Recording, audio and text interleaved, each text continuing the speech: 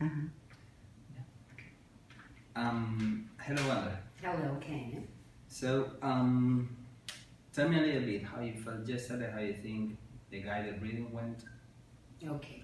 I felt very, I like the experience of doing the guided reading with my students. I felt that the students were engaged. At the beginning, I was a little bit nervous because it was like the first time that I was doing it based on all the knowledge that you share with me of how to do a guided reading lesson.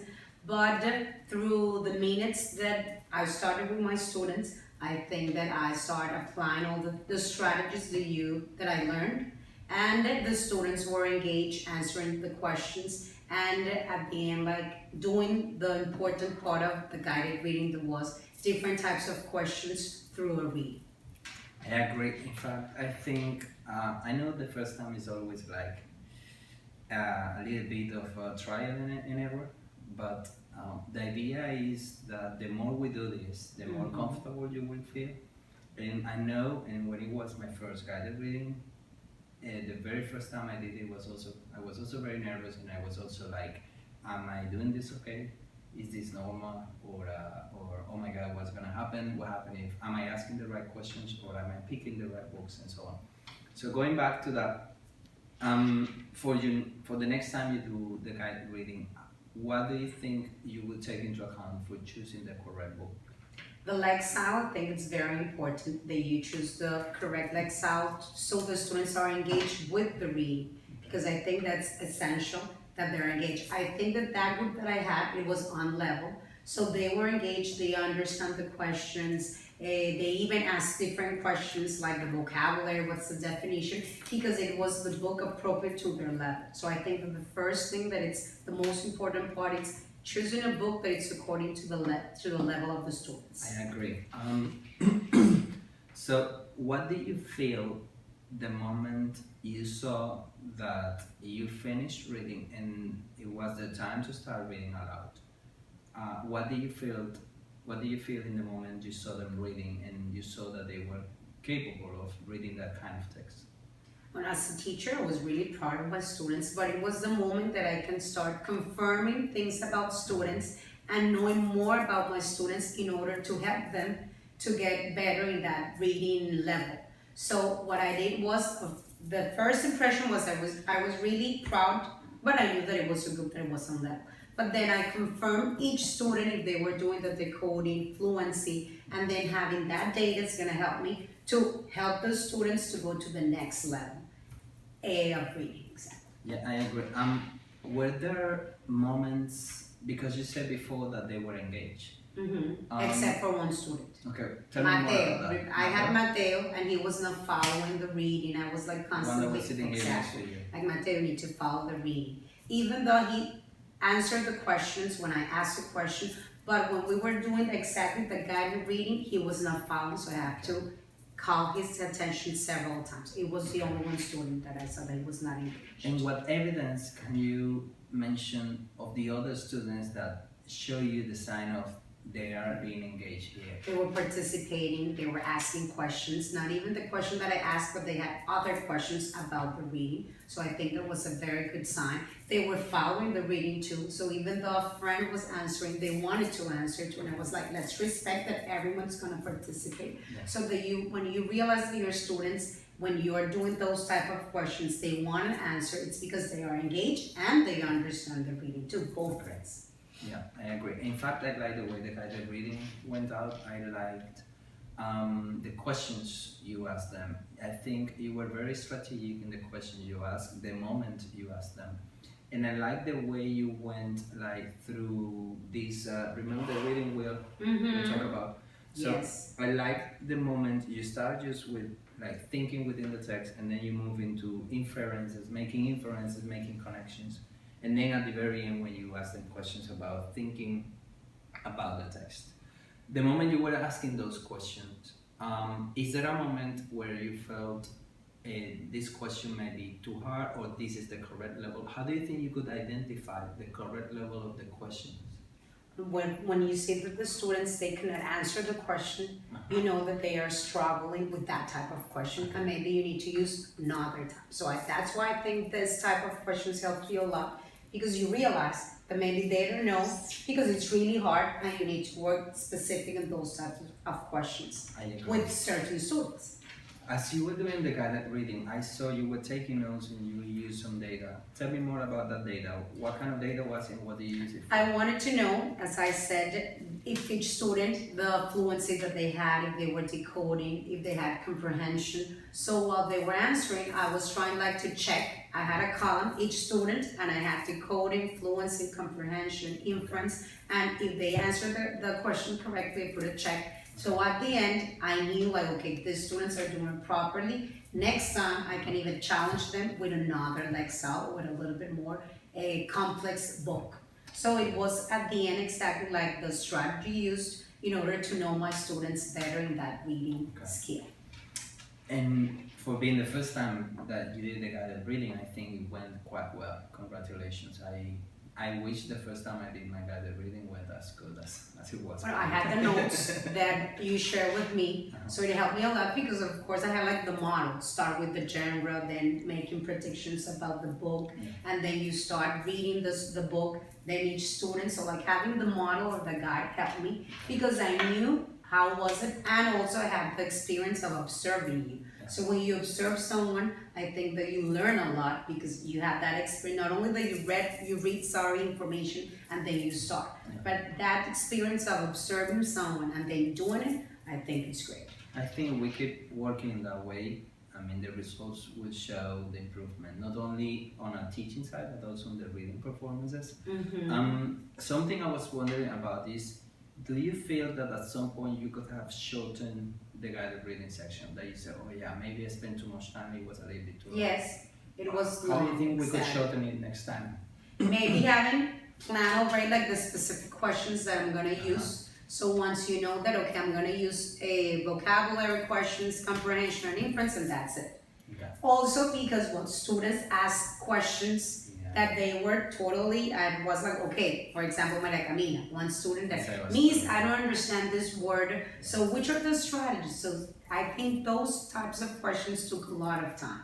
Also when I review, okay, the glossary, so I had time to review certain concepts that the students learned through the second semester, and it took a little bit of time.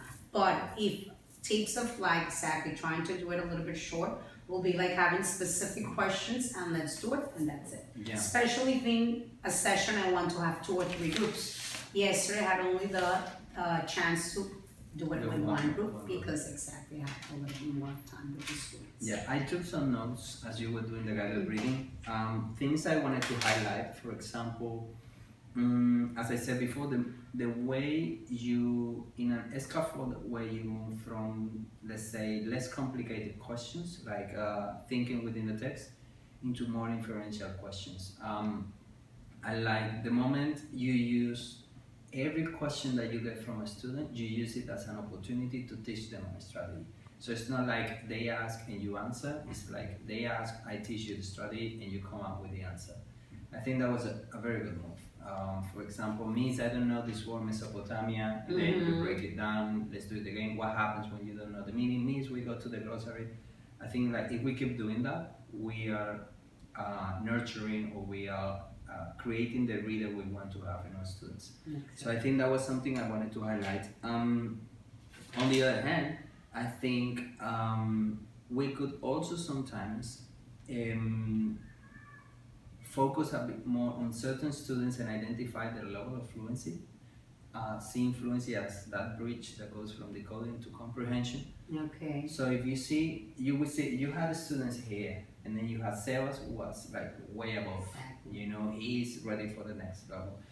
Maybe Maria, she was still struggling somehow. I am able to decode this text. I'm not able yet to comprehend it as a whole. And then fluency somehow, as they are reading aloud, try to see how you could reinforce the fluency, especially taking into account punctuation. So if they stop before the comma, but exactly at that moment. Yes, and then use that as an opportunity to say. Oh, okay. So take a look at at that sentence. Let's read it again. Yes. What do we see there? It means there is a comma. Okay, what does it tell us? No, it tells us that we need to stop. So let's try it again, but let's not stop before the comma. Let's stop at the comma. So in that way, we reinforce fluency, And by having the correct fluency and stopping at the right moment, I know their comprehension will be even better. Okay, But perfect. I like the way it went. And for the next time, the next guided reading we use, imagine you're doing it with another group. Let's go the group with the lowest Lexa that we talked about the last time that I was with you. Is there something, any strategy that you say, yes, with that group, I will go and use any specific strategy that you have in mind? Having the type of questions already planned, I Okay. think that's gonna help me. It's specific, these are the questions that I need to work with them.